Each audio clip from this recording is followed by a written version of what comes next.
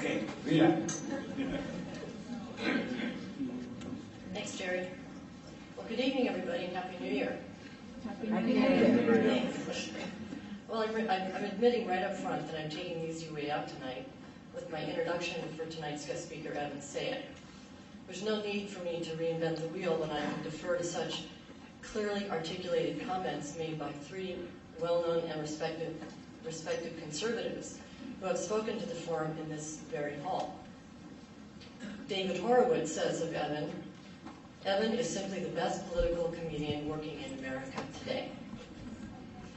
About Evan's book, The Kindergarten of Eden, How the Modern Liberal Thinks, Bill Maher says, perhaps the most important book I've read in the past 10 years. And last but not least, Andrew Breitbart, describing the lecture Evan gave at the Heritage Foundation, says this, one of the 5 most important conservative speeches ever given. By the way, this talk at Heritage was the single most seen lecture in the Heritage Foundation's history. In his latest talk, again delivered to the Heritage Foundation in 2013, and the one he will be expanding on tonight, Evan talks about his unified field theory of liberalism to show how and why the mainstream media has gotten literally every major story of the modern liberal era, not just wrong, but as wrong can be, with their every mischaracterization benefiting all that is evil, failed, and wrong, while working to the detriment of all that is good, right, and successful. Evan has written and or produced in just about every medium that exists, including television, movies, and documentaries. He segued into politics after 9/11. It is worthwhile mentioning that he joins an exclusive circle of prestigious individuals, those who, I like to say, switched sides and became champions of individual freedoms, or conservatives. That circle includes David Mamet, David Horowitz, Andrew Breitbart, Milton Friedman, Thomas Sowell, and Ronald Reagan. Not bad company. Evan's career is divided almost exactly down the middle, his time split between his political humor and his more serious lectures. Dissecting and analyzing the liberal mindset is not a job for the lightweight. Both Larry Elder and Dennis Miller call Evan's book brilliant. If you haven't had a chance to read it, I recommend you do, and Evan will be selling and signing his book after the Q&A tonight. So please join me in giving a warm welcome to Evan Sayet.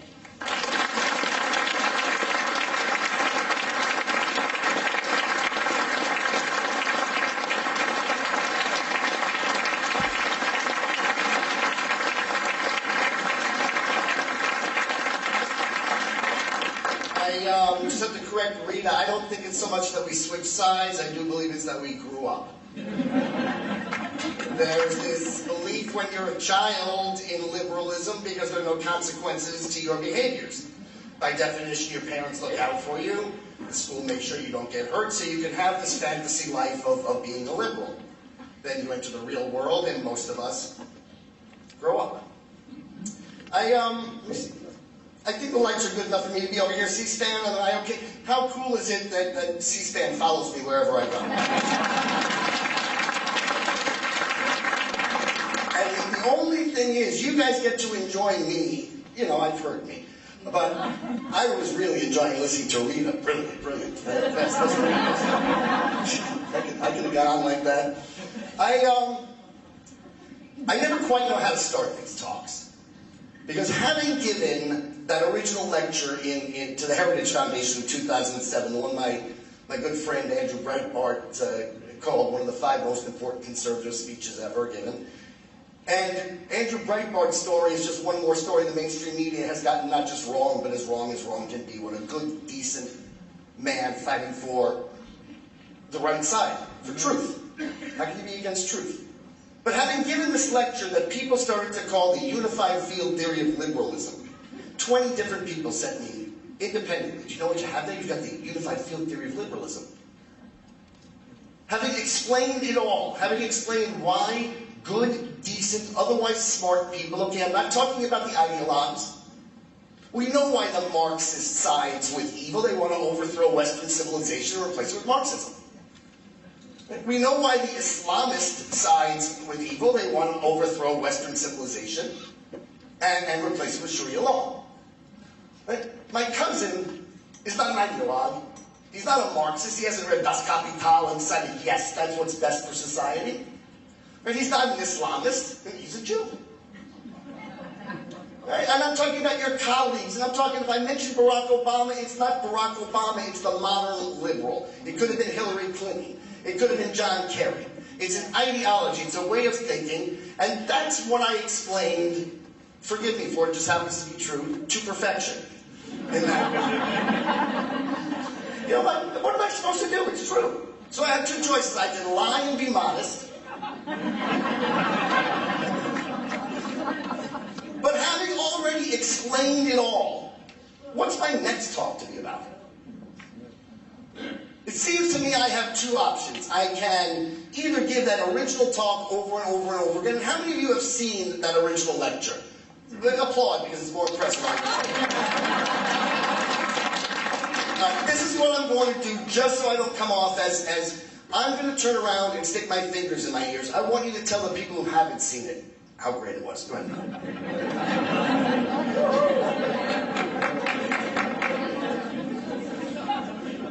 So I can give that original lecture, and a good many of you in this room will be hearing it for the first time, but it'll be redundant, it'll be boring for you guys who have seen it. Or I can take the unified field theory of liberalism and show how it applies in the specific. That's what I'm going to do tonight. I'm going to show how the unified field theory of liberalism applies to the mainstream media. But I have a problem. In order to show how the unified field theory of liberalism applies in the specific, you have to know the unified field theory of liberalism, which means I'm back to giving that first talk over and over and over again.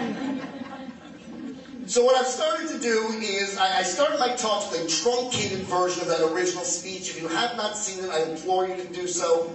It's available on my website, evansayet.com. It's available at heritage.org. It's available 1,000 places. Find it and watch it. It's 47 minutes long.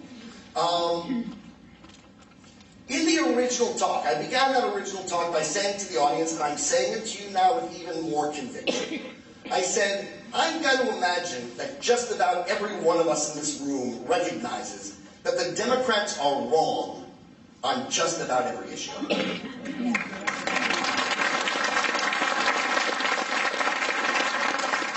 But what I said to the crowd that day is, I'm here to propose to you that it's not just about every issue.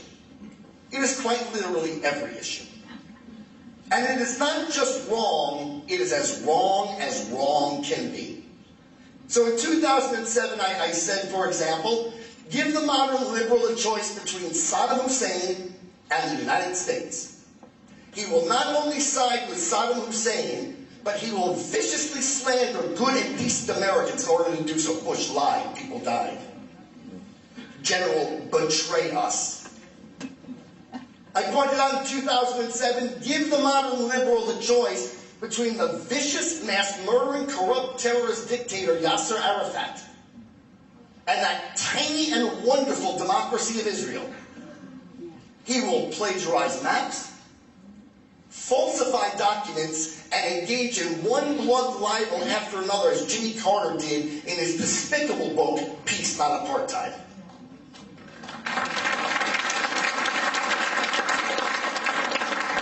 It's not just foreign policy, it's domestic policy, it's social policy. So give the modern liberal a choice between promoting childhood abstinence and childhood promiscuity. They will use their movies, their TV shows, the schools. Jerry Brown will put into law that a 17-year-old man can follow a 5-year-old girl into the bathroom if he feels like he's a woman. At the same time, a rather typical Democratic Party organization, NARAL, a pro-abortion group masquerading as a pro-choice organization, will hold a fundraiser they call F-Abstinence. As I pointed out back then, it's not just F, it's the entire word, because vulgarizing society is part of the modern liberal agenda. So the question becomes why? And for the full answer, please go watch that original video. Even better said, however, in my book, The Kindergarten of Eden, How the Modern Liberal Thinks, because when you're writing, you can, edit tabs and whatnot. But as that talk was going viral, 1 million people have now seen it. That's unheard of for a 47-minute wonkish lecture.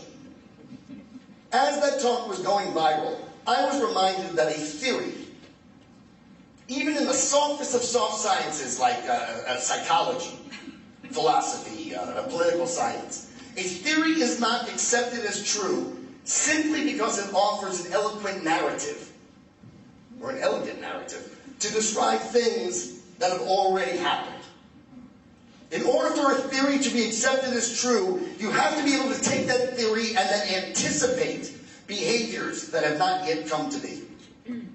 Well, when I gave that talk in 2007, I couldn't have known Barack Obama would become the Democratic Party nominee.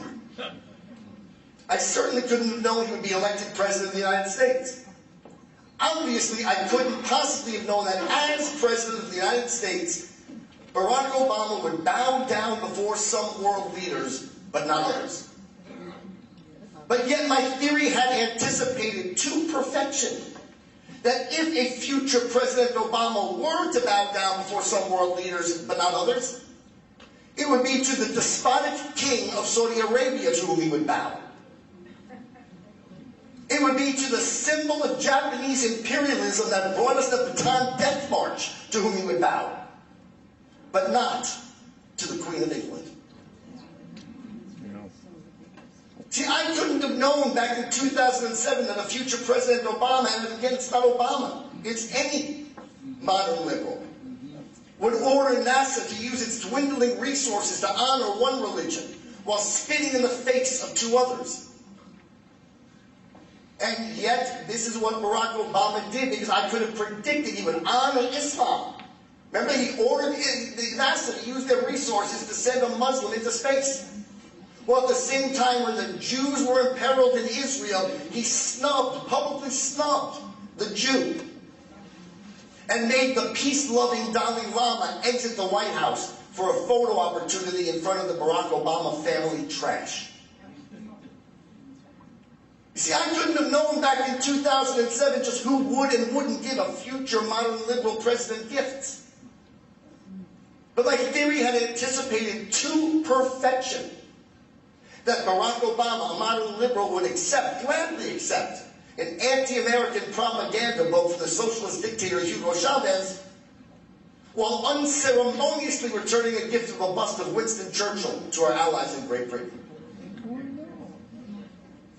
You see, I couldn't have known back in 2007 just where revolutions would crop up across the globe during a future modern liberal presidency. But had I known, my theory anticipated to perfection that a modern liberal president would oppose the democratic uprising in Iran, support the overthrow of America's ally who had kept the peace in Egypt, Mubarak, and would call for a leftist coup to overthrow our democratic ally in Honduras.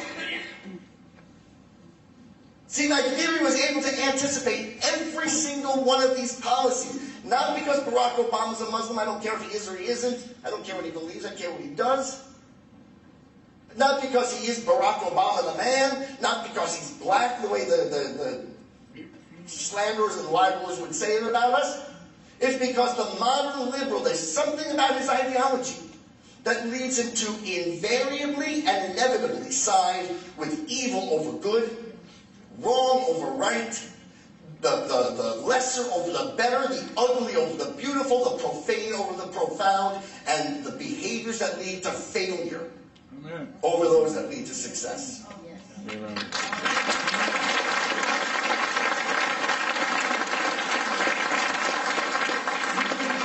So what is that something? Again, the video, the book, but let me give you the essentials that you'll need for tonight's talk. Please, that's not even the talk, that's the preamble. That's why I talk so fast, there's a lot to say.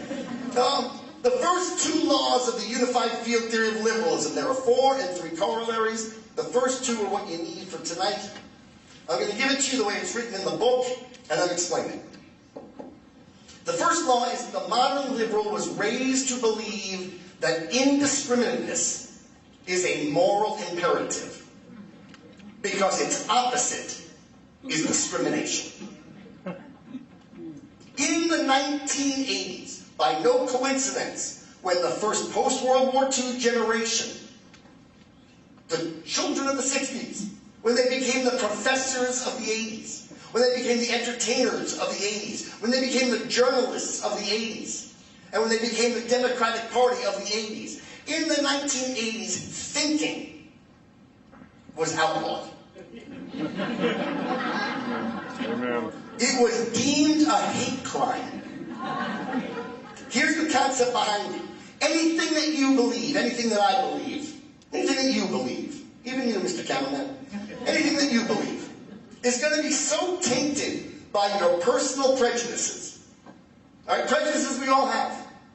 It's part of being human. Prejudice is based on such things as the color of your skin, the nation of your ancestry, your height, your weight, your sex, and so on. Anything that you believe is going to be so tainted by your prejudices that the only way not to be a bigot is to never think at all. That's why their answer to everything is, oh, you're a racist, you're a homophobe, you're a xenophobe. Because if there's nothing to worry about, because there is no good or bad, then the only reason you could be against something is because you're a racist or a phobic.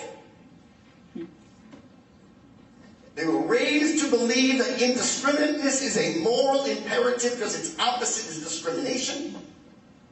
And the second law of the unified field theory of liberalism, again, as it's written in the book, and then I'll explain, indiscriminateness of thought does not lead to indiscriminateness of beliefs.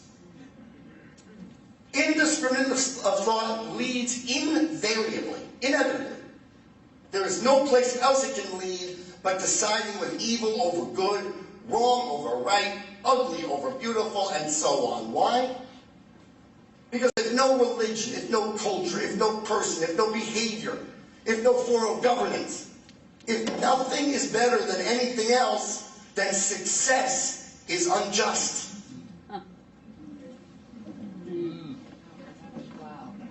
Why should a person, a nation, a government, a religion succeed if it's not better than any other? So this liberalism that says everything's equally good, bad, coexist, doesn't make everything meet in the middle. It makes the better bad. Failure, as proved by nothing other than the fact that it has failed, is proof positive that some injustice has taken place. Why should a person, a country, a nation, a business, why should it fail if it's not worse than anything else? Shouldn't. And by the same logic, just by extension, if success and failure are proof of injustice, then great success and great failure is proof of great injustice. And at a certain point, great and sustained success and failure, 6,000 years of Jewish survival, thriving when it's not oppressed, America, the longest surviving and most successful democracy. Wonder why they hate America and Israel most, why there's this campaign to ostracize and destroy, and Jimmy Carter will lie for Jewish deaths. Why? Why? So how is Israel the worst? They're not. But great and sustained success and failure is proof positive not just of great and sustained injustice, but that this injustice is intentional and part of an evil conspiracy. Why? Why an evil conspiracy? Think about it this way. Let's say you're playing roulette. No number is better than any other number. You spin the wheel, some people win, some people lose. It's not fair, but that's, that's the game. But one thing's for sure, you can't say the people who won are smarter or harder working or better than the losers. It was just pure luck. But what if that same number came up 10 times in a row? And the same people win, and the same people lose? Well, that might not prove conspiracy, but it's a cosmic injustice. Then you can see the losers looking over at the winner's pile and going, you didn't build that.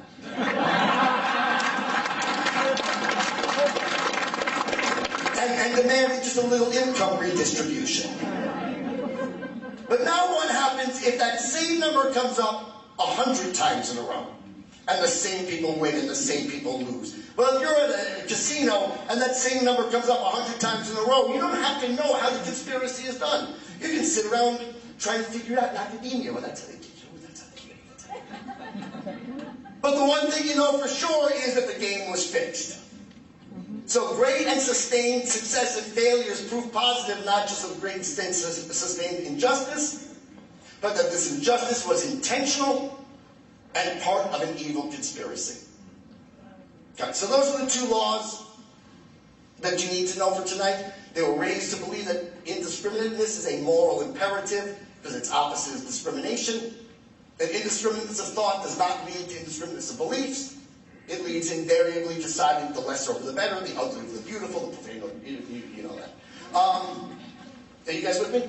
Yeah. Almost. Almost? Well, what's it going to take? I guess the rest of the speech. I'll ask you again at the end. All right, so let's see if my unified field theory of liberalism applies to the mainstream media during what I call the modern liberal era, post-World War II through today. Why it is that's explained in my book. But I think the first thing that I would have to establish is the mainstream media, has the mainstream media gotten every major story of our lifetimes, not just wrong, but as wrong can be? Yep. Seems that way. Well, let me begin to prove this by pointing out one of the good guys. And you know what, do I get to recommend the speaker? If you ever get a chance to get Brett Stevens. He's an editorial writer for the Wall Street Journal. And many years back, Brett wrote a piece that began something awfully close to this.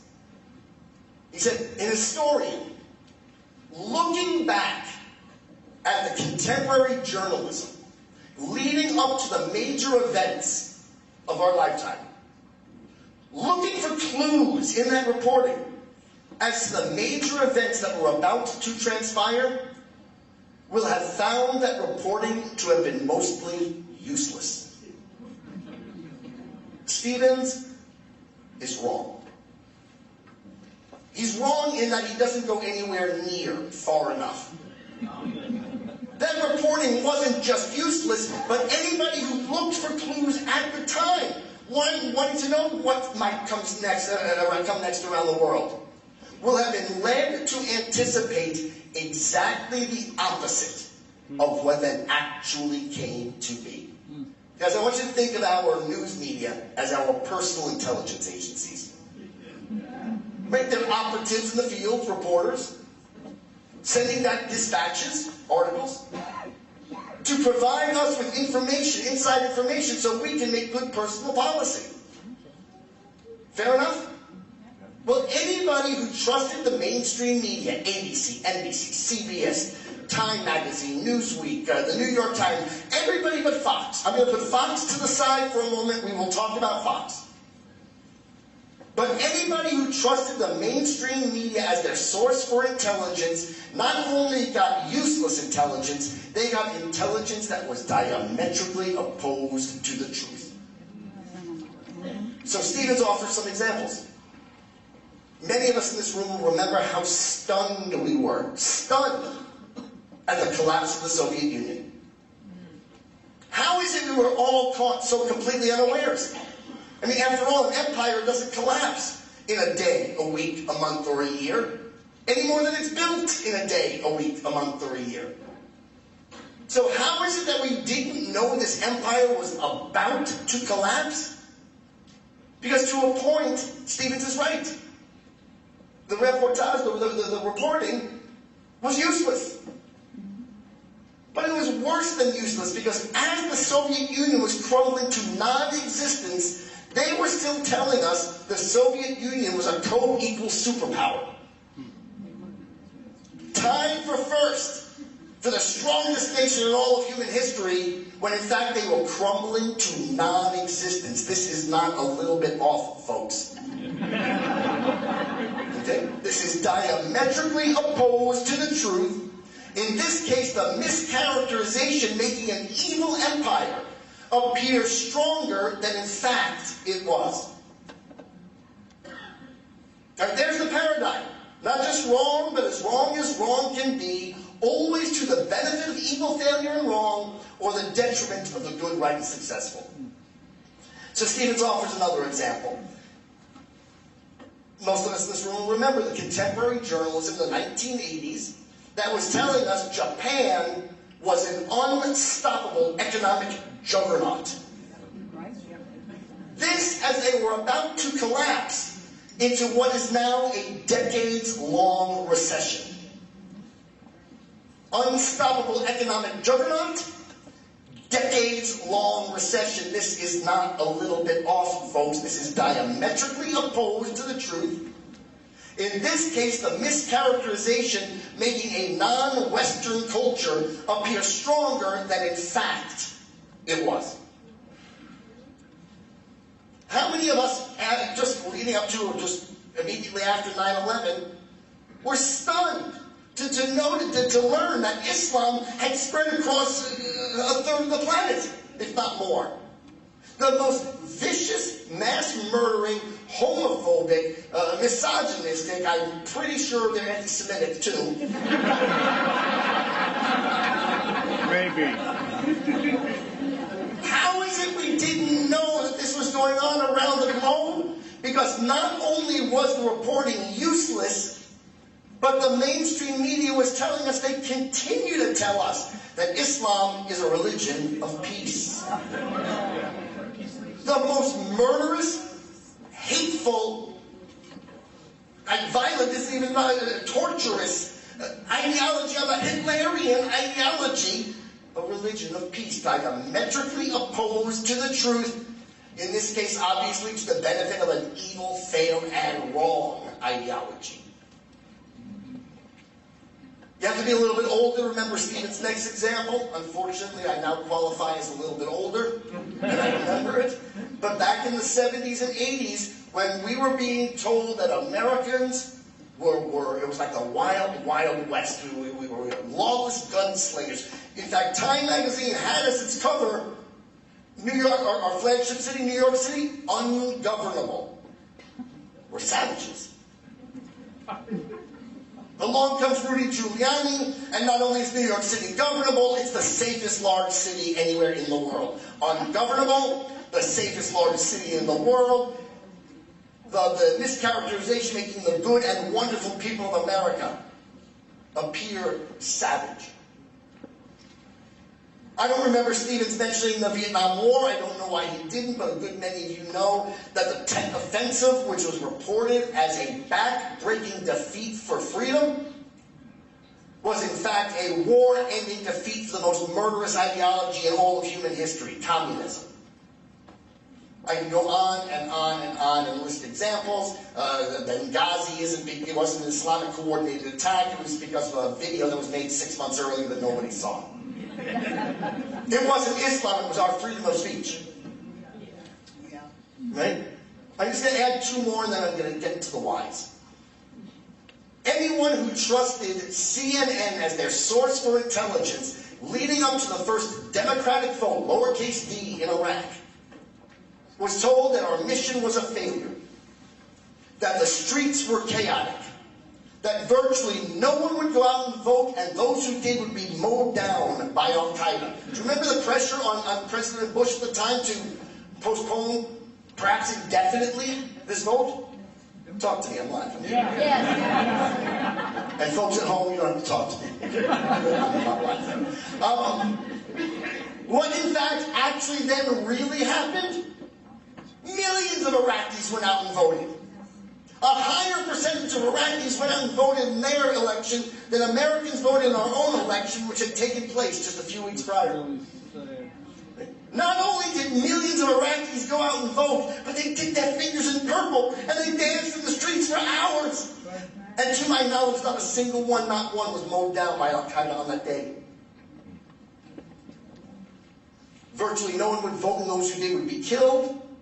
Millions voted, no one was killed. That's not a little bit off, folks. That's diametrically opposed to the truth, making Al-Qaeda appear stronger than in fact they were. And one more example. Anybody trusted the New York Times during the first battle to liberate 30 million human beings from rape, torture, and genocide in Iraq? Anybody who trusted the Times to describe that first battle said that we were pinned down. Mainstream media said our forces were pinned down. That it was a bloodbath. In fact, the New York Times used the Q word. Anybody? Quagmire. When our forces arrived in Baghdad 3 weeks later, it was in fact the culmination of the swiftest military victory of its kind in all of human history. Never before in all of human history had that much enemy territory been traversed in so short a period of time. Quagmire, in fact, the swiftest military victory in all of human history of its kind? That's not a little bit off, folks. That's diametrically opposed to the truth in the New York Times. All to benefit a mass-murdering, genocidal rapist and torturer, and to prevent us from liberating 30 million human beings. So the question becomes, why? Because I don't think there's a single one of us here who thinks that Katie Couric is an evil genius. Right? On both counts.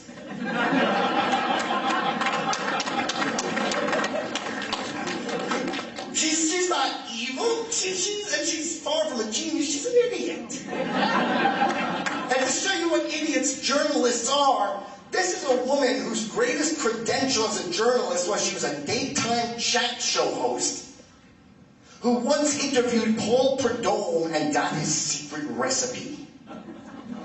That she is then not only delivering the news, obviously they know the news is a joke.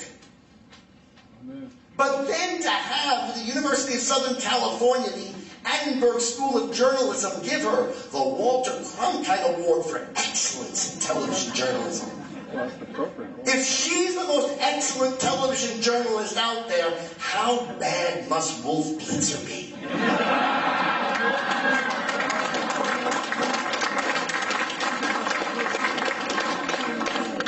So why does she do it? Why does she take every news story that crosses her desk, flip it on its head, lie like NBC News edited the 9/11 call to try to make George Zimmerman, you know, that evil white Jew. Oh wait, he's not Jewish, he's not white, the white Hispanic. Why do they do it? What's Anderson Cooper doing? Anderson Cooper's not an evil genius. On both counts. It's not evil, he's a professional cutie pie. And he does his job well. I'll tell you what he does. I don't go that way. But if I did, I think Andy might be my guy. That's how good he's at. He puts on a black shirt, he looks serious, and he must be important. Why does he do it? By the way, it's not just those two. As I pointed out, it's across the board, except for Fox News, and across the decades. So why do they do it? And here's the answer. If I were to poll the great journalists of all time, and by great I don't mean the most famous, I don't mean those with the bluest eyes, I don't mean those with the highest ratings, I don't mean the richest, I certainly don't mean those with the most Walter Cronkite Awards. And I were to ask them, well, I'm going to ask you, what is the single most important trait in good and accurate reporting? Anybody? Truth. Truth. How do you get to the truth? I'm looking. Yes, the truth. Okay. Would anybody have a problem with the word objectivity? Objectivity. Okay. Let me now introduce you to a man who is perhaps the most beloved and influential modern liberal of all time. His name is Howard Zinn. But he's adored. When he died, Springsteen wrote a song to whatever. Zinn, amongst his other accomplishments, he's the author of the single most assigned text on American history in our public schools, or our private schools as well, primary schools and universities. This means that your children are learning our history from the man I'm about to tell you a little more about. It also means that whatever administrators picked that book to be the history book, also picked all the other books that your children are learning from. And Howard Zinn, a historian, said, quote, "Objectivity is impossible. It is also undesirable." That is, if it were possible, it would be undesirable, because if you think that history should serve a social purpose, then you make your choices based on that. In other words, Zinn is an ideologue. The facts aren't important. Advancing his ideology is. I don't think I get much disagreement even from the left that he's a leftist ideologue. But Katie Couric isn't an ideologue. So why does she do it? And it's because in the 80s, the hippies and the William Ayers who are now teaching at our schools, and the children of the 60s, they use their power because they recognize objectivity is undesirable. Why? Because it gets in the way of their stupid ideology. Right? Wait, that sounds brilliant, Professor, but it doesn't work. You can't be objective. Are you sure that farm isn't productive? Yeah, I'm pretty sure. You can't be objective. That's your bigotries. So they use the power because the ideologues who believe objectivity is undesirable to brainwash successive generations in the schools, starting at the age of 5. That's why my book is called The Kindergarten of Eden.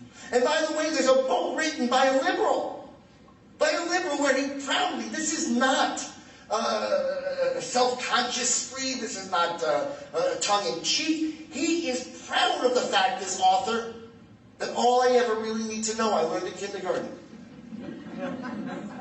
And it's true, because after kindergarten you can't be objective, so all you learn is coexist. No, you don't coexist with that. You know, live and let live requires you to live. It's really not that deep. But those who recognize that objectivity is undesirable to their utopian ideology use the schools and the other media to brainwash successive generations into believing it was impossible. What is it that makes objectivity impossible, anybody? It's the idea that anything you believe is going to be so tainted by your personal prejudices that the only way not to be a bigot is to not think at all. Thinking is a hate crime. So now the most important trait in good and accurate reporting is not only undesirable, it's evil. It's the act of bigotry to be an objective reporter. This, by the way, is why they hate Fox News. You don't hate people because they're wrong. We don't hate Katie Couric. We wish she wasn't an idiot. We wish she'd go, do a daytime chat show like she is again. But, we don't hate Anderson. They hate Fox News. Because Fox News is evil. Because Fox News reports objectively. And because they report objectively, they are far more accurate than are any of the other news networks. How do I know this? Because if you trusted CNN as your source for intelligence leading up to that first vote, the Democratic vote in Iraq, you were stunned when exactly the opposite of what they predicted came to be. If you'd watched Fox News, you might not have known it would be a million. You might not have known the color of the ink. You might not have known that nobody would be killed. But when what came to be, came to be. If your source for intelligence were Fox News, you were far less surprised by reality. If your source for intelligence during that first battle to liberate the people of Iraq were the New York Times, when what came to be 3 weeks later came to be, you were stunned. But if Fox News was your source for intelligence, you might not have known it would be 3 weeks. You know what? The tide could have changed along the way, and so the reporting changes along the way. But when what came to be in Iraq came to be, if Fox News had been your source for intelligence, you were far more intelligent. When the Muslim Brotherhood took over in the Arab Spring, that the leftist media couldn't tell us, because that would be bigotry. Don't they want freedom and democracy just like we do? Well, and you're a bigot. So they could not report objectively. Of course the Muslim Brotherhood is going to take over. Excuse me. Then you try talking every day for an hour. And then going out karaoke. So now the single most important trait in good and accurate reporting is not just undesirable, it's an act of evil to be avoided at all costs and to be reviled when seen practiced by others. So, Katie Couric wants to be a good newswoman. Anderson Cooper wants to be a good journalist. Wolf Blitzer wants to be a good journalist. But the most important tool has been taken away from them. And what they've substituted, what makes you a good journalist today, is that while you are never, ever, ever, ever an objective reporter, you evil racist, what you strive for is a word, a concept that sounds good. It sounds like objectivity, but in fact is its exact opposite. The good journalist today, he's taught this in journalism school, it is the corporate culture at the New York Times and elsewhere. The good journalist is never objective, he is always neutral. Right. Absolutely. Right? What's the difference between objectivity and neutrality? Let me give you a silly example. Let's say that, like Keith Olbermann, your history is as a sports reporter. Right? Your assignment last week was to cover the New York Jets San Francisco 49er game.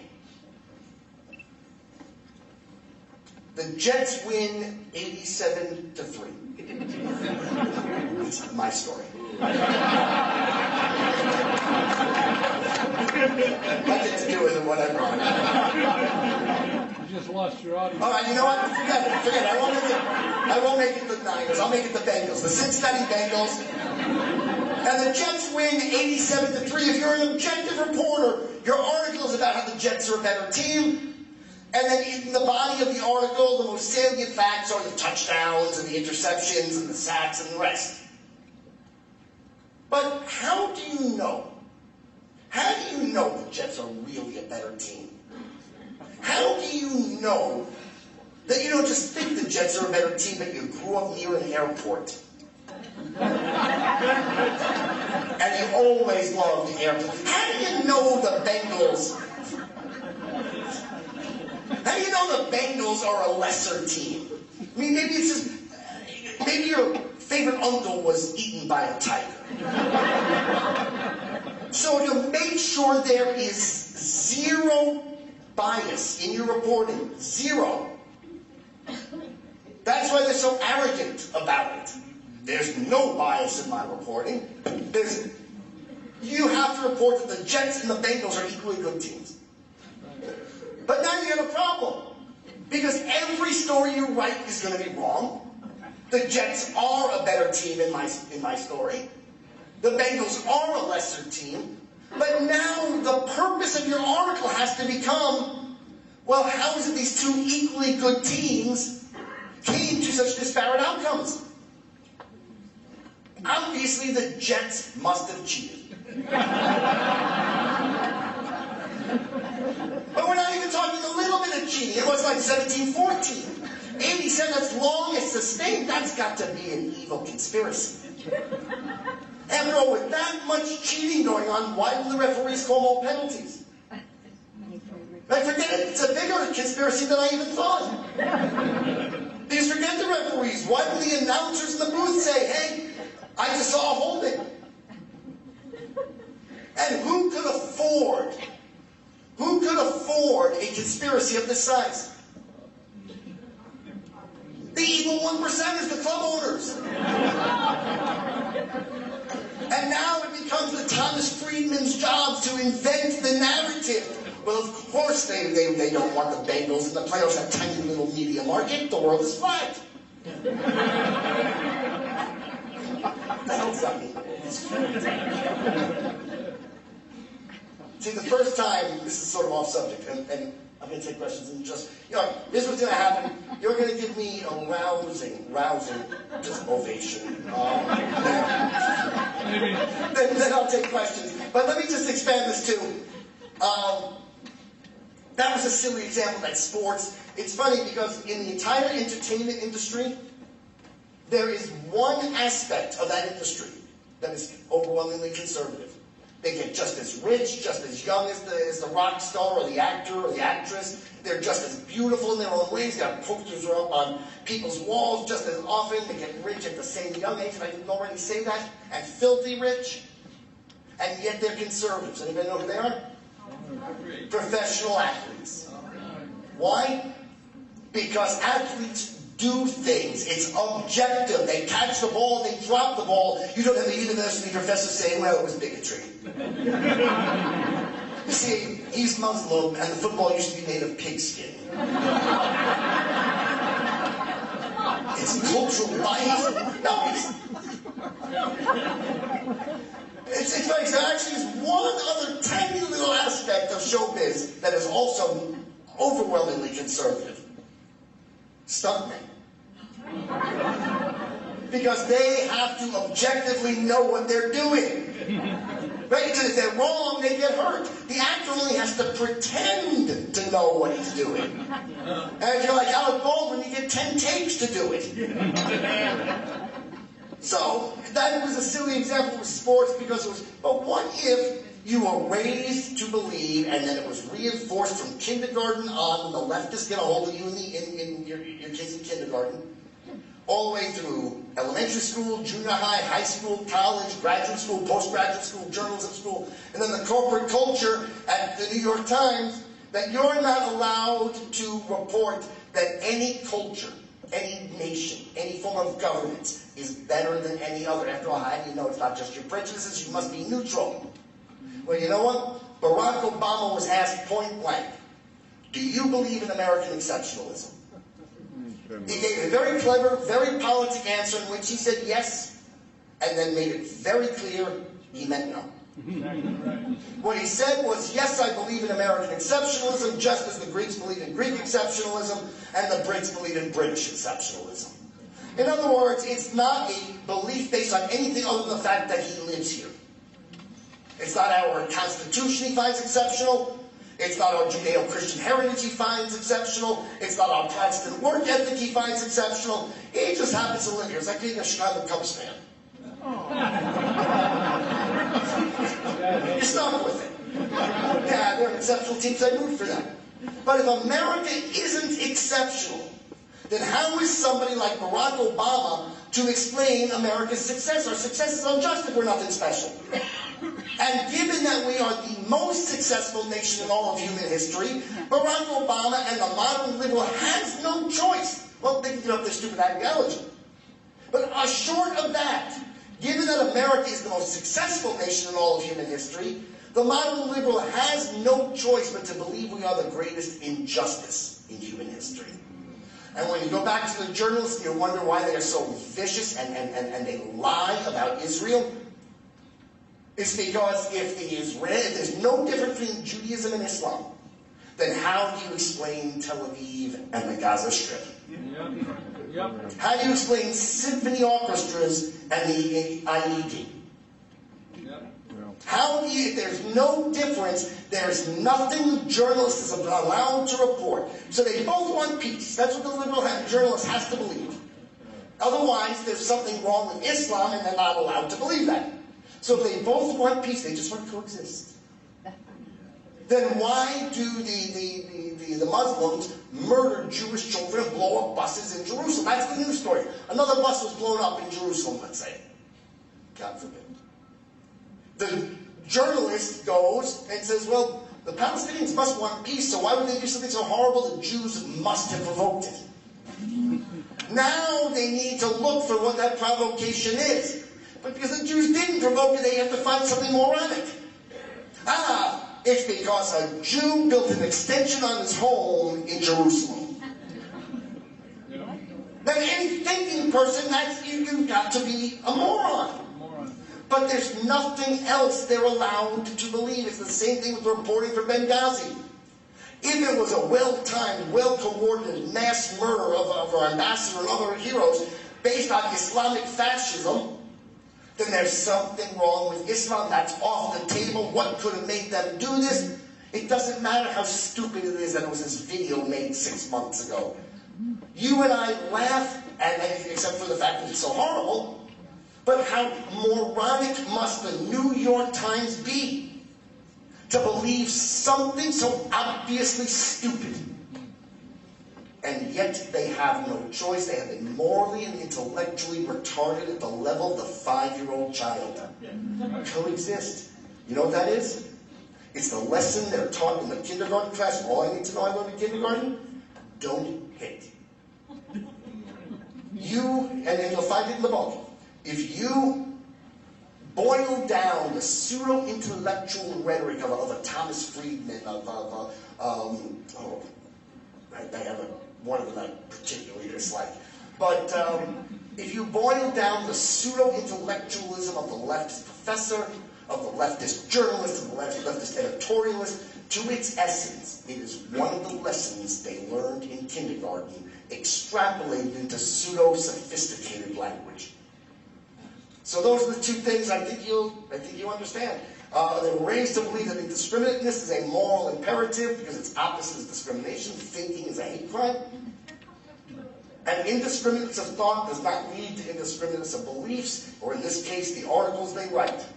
It leads invariably to siding the Soviet Union over the United States, Saddam Hussein over America, mass murdering corrupt terrorist dictators over Israel, thugs like Trayvon Martin, Benghazi, just one story after another after another. The unified field theory of liberalism holds, folks, and I'd be very, very happy after the ovation to take questions. Thank you so much for having me.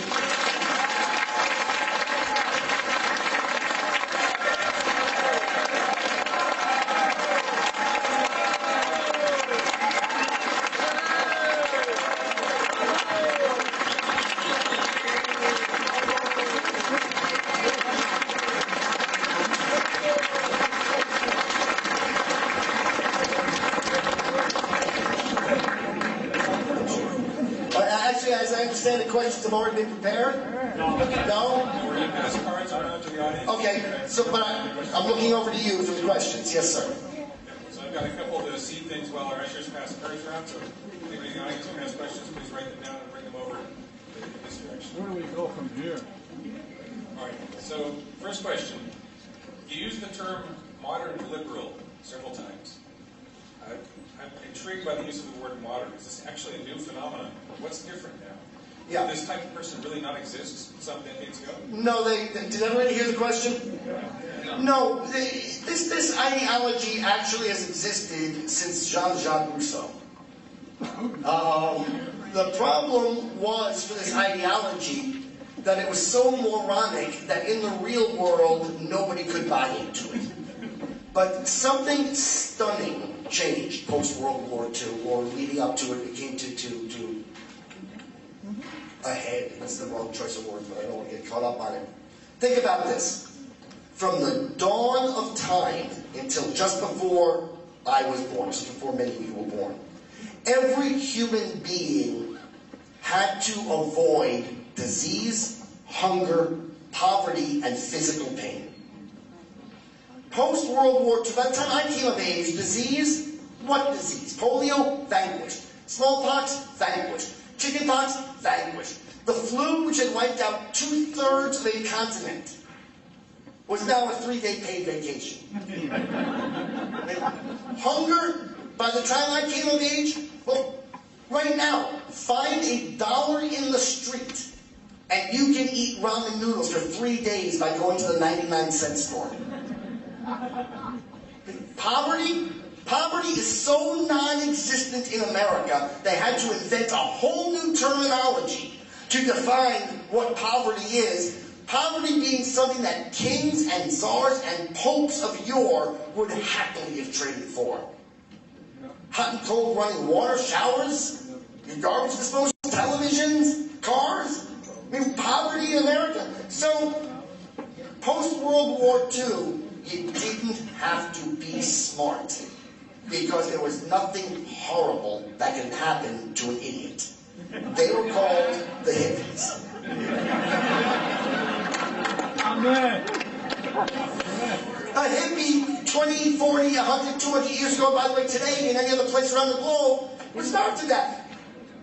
But with welfare programs and so much abundance and whatnot, you could, a moronic ideology like Rousseau's, could at least find some followers who then were able to become the teachers and lecturers and the entertainers and the other things that require nothing but clever words. Alphabet soup. Okay, next question. Why do you think so many American Jews are liberal? Right. This is a simple question, but not a short answer. I'm going to go through it as quickly as I can. In order to be called a Jew, even to call yourself a Jew, is different than any other religion that's out there. In order to call yourself a Christian, you have to believe something. You have to believe that Jesus Christ is your Lord and Savior. If you believe this, you're a Christian. If you don't believe this, then you're not a Christian. If you do believe this, there are certain rites and rituals and teachings and practices and behaviors that tend to follow. To call yourself a Muslim, you have to believe something.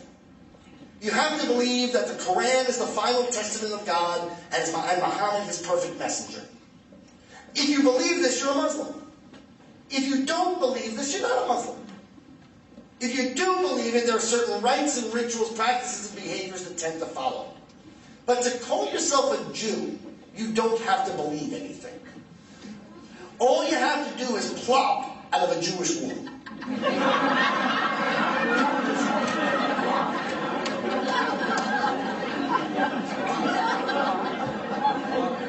Right, so let's call these Jews the plopping Jews. And there's absolutely no reason. Sometimes they call secular Jews. I think Dennis Prager calls them the non-Jewish Jews. There's nothing Jewish about them except that action which was not there, which was involuntary. So why would you expect this largest section of Jews who aren't Jews to think in any way like a Jew or give about Jewish things?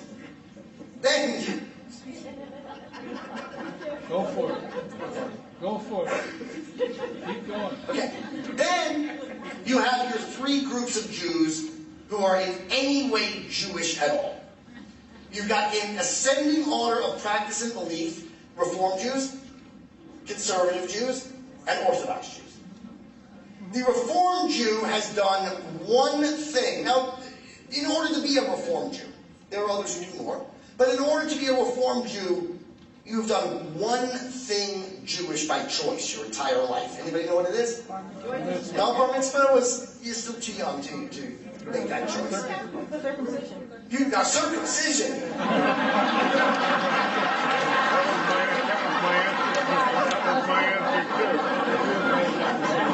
Would you make that choice now? Or maybe you have, sir. By the way, I think it's fair to let you know my Jewish upbringing was as a plopping Jew.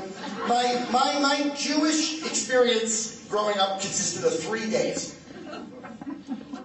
At the age of 8 days, people I barely met a week ago took a knife to my most sensitive part. They were so pleased with what they had done, they threw themselves a small party. 12 years and 357 days later, I said words in a language I didn't understand. They told me I was a man. They were so happy they had survived my childhood, they threw themselves apart. Almost exactly 10 years later, I stepped on a glass and I was married. They were so happy I was moving out of the house. They threw themselves as a gala. So that was my Jewish upbringing. I've actually been trying to become more Jewish because Judaism, I wouldn't be a conservative because I'm a Jew. I would learn how to be a Jew because I'm a conservative. Because there is the one thing they do, by the way, is they join a synagogue, the Reform Jews. But they don't join a synagogue to better learn and better practice Judaism. They join a synagogue because it's the local recreation center. Right? It's cheaper than the country club. And while it's more expensive than the YMCA, they don't have to worry about getting naked in front of strangers. I can tell you exactly when a plopping Jew becomes a Reformed Jew. If he's single, it's the first time he looks in the mirror and goes, "Oi.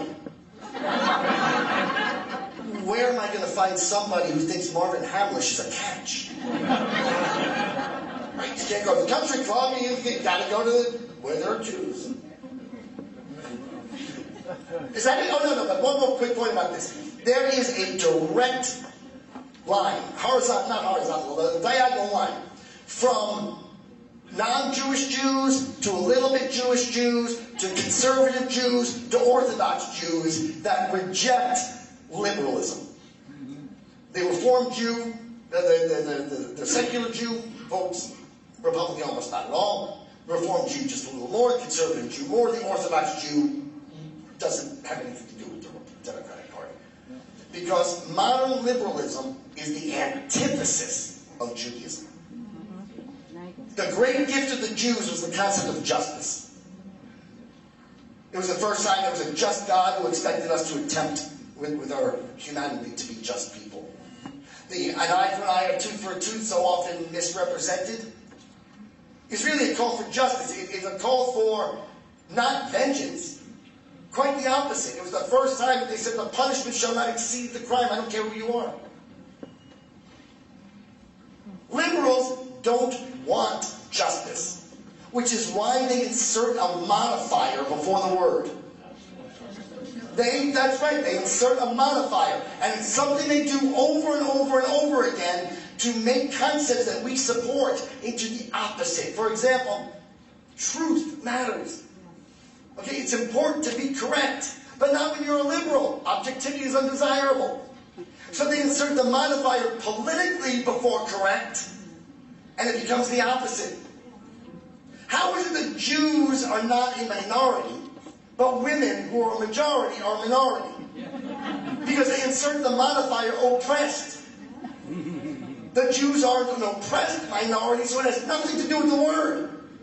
And social justice is the opposite of justice. So the more Jewish you are by knowledge, by practice, by education, the less likely you are to vote Democrat, because Democrats despise the concept of justice.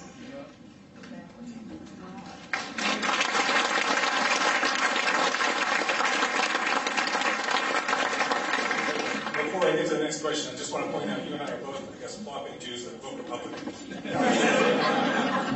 There are more of us, and we're growing. There's another. All right, next question. What's your view on Glenn Beck and his efforts to bring truth to journalism? You know, he made a very big mistake in my eyes, which is charging.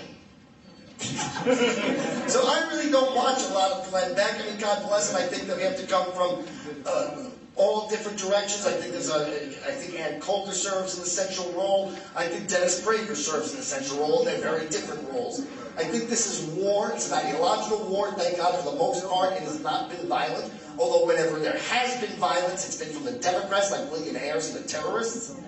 It's always been from the left. Al Sharpton and his tacit threat, no justice, no peace. You don't give me what I want, will bring violence. The violence has always been, at least in my lifetime, at least since the modern liberal era, which is what I studied, it has always been from the left. But I think this is an ideological war, and we need every weapon, which, by the way, is why I got back into stand-up comedy. I've been out of comedy. I was a television writer. You know, I was a screenplay. I wrote screenplays. I produced documentaries.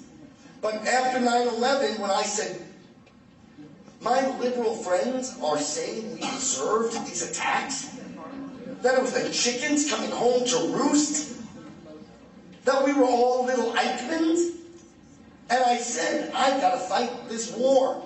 And I said, what weapon is our side missing that I can bring? And I had written for Bill Maher for a number of years. I wrote Politically Incorrect when I was still a liberal. And I said, we need a Bill Maher from the right. And I said, that's what I'm going to do.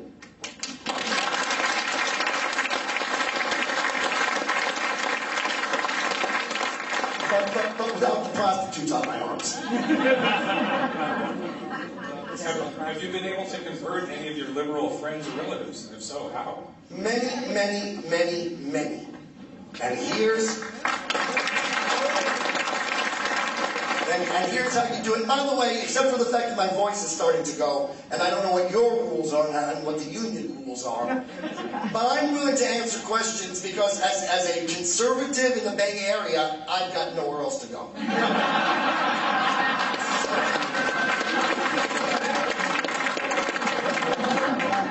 I have a program that I call Adopt a Democrat. Because the good news is America is not divided in two. We're divided in three. There are those of us who get it. That right and wrong, good and evil, better and worse, ugly and beautiful exist.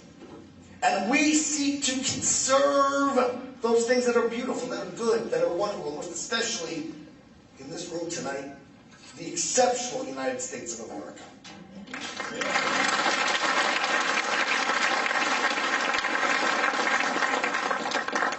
And so we seek to conserve this, and that's why we call ourselves conservatives. All the way on the other side are people like my friend Rosie O'Donnell, about whom there is nothing you can do anything about. She's a moron. She's an idiot. She's a troubled idiot. And this is how she gets out her anger and thinks that she's smart because other people tell her how smart she is. I'll tell you a story about Bill Maher, if I may. Remind me what I'm talking about eventually. And C-SPAN, you have enough doubt in your life? The two questions that I always get the most are why do Jews vote liberal, and I hope I gave a revealing answer to that. The other one is what happened to Bill Maher. Because back when I was writing the show, he was a bit of a libertarian. He was even friends with Ann Coulter, if you remember. And he wasn't this sick, radical, left-wing hate job that he is now. And I tell them, and I'll tell you, the answer is this. Bill Maher has not changed one whit. Bill Maher was never a libertarian. He's not a liberal. He's not a modern liberal. He's not a left-wing fanatic. Bill Maher is a sick narcissist. And a narcissist needs strangers to tell him how great he is. When we did the show out of New York City, after the show, you walk down, or take the elevator down, and you walk to where you're going. And you pass doormen, cab drivers, workers waiting for the bus, construction workers. So if you need to hear, "We love you, Bill," you have to appeal to people with jobs.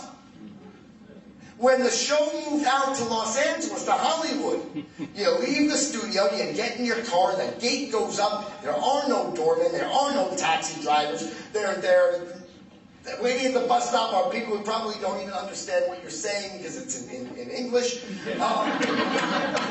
And you keep driving until you get to your gated community. Who's there to tell you, "We love you, Bill"? Susan Sarandon and Alec Baldwin and all the other rich Hollywood superstars. So he didn't change at all. All that changed was the city from which the show was being done. All right, so adopt a Democrat. You've got your people on the left, as far left. There's nothing you can. But there's, I believe, the vast majority of people who vote Democrat don't hate America. But they have been so successfully cowed about who and what we are. They've been lied to. So, I mean, my friend Ben Shapiro makes a great point. He said, in the last campaign, in the last election, both campaigns accomplished what they wanted to accomplish. The Romney campaign portrayed Obama as a good and decent family man who happens to be stunningly incompetent. And the Obama campaign portrayed Romney as a dog-hating, woman-hating, homosexual-hating man who gives people cancer for money. I don't know a single person who votes Democrat. I know lots of people who vote against Republicans. Because the left knows they can't honestly protect and defend their moron, that's why objectivity is undesirable. And if you were raised to believe it's a hate crime to think, because that's what we try to do, that's why everything we do is we are racist. So what you need to do is find, there's a whole bunch in the middle, I believe the majority of the people who vote Democrat, who have just, that's actually more feedback than I've gotten sometimes. Who have never heard from a conservative what a conservative believes. Where would they have heard it? CBS or NBC? Where would they have read it? The New York Times or the Washington Post? Think about this. There are three, I know this is the wrong word, I just feel more comfortable pronouncing it this way. There are three mediums that the liberal hates. There's Fox News, there's conservative talk radio, and there's the blogosphere. The Drudge Report and Breitbart.com and Truth.org you guys should look into. Well, Fox News is only 15 years old. That means if your friends are my age, I'm 53, that means they were 38 before there was a single television news program that didn't advance leftism. If you want to tie the phenomenon of conservative talk radio to the syndication of Rush Limbaugh, that's what, 20 years ago? Okay, so I did 33, already through all my indoctrination and education, well into my job in Hollywood, well into my family life where you don't get to pay as much attention, and so those talk radio and Fox News, and the blogosphere. When did Al Gore invent the internet? It was 2004 when some people in their pajamas media, caught Dan Rather using forged documents to try to steal the 2004 election. It's the first time the liberals have been caught because of the blogosphere, which is why they hate it so much. So what you have to do is find somebody in your life who you know is not a brain-dead radical leftist. If you have one of those in your family, just love them. I'd say talk about the weather, but then there's global warming. So.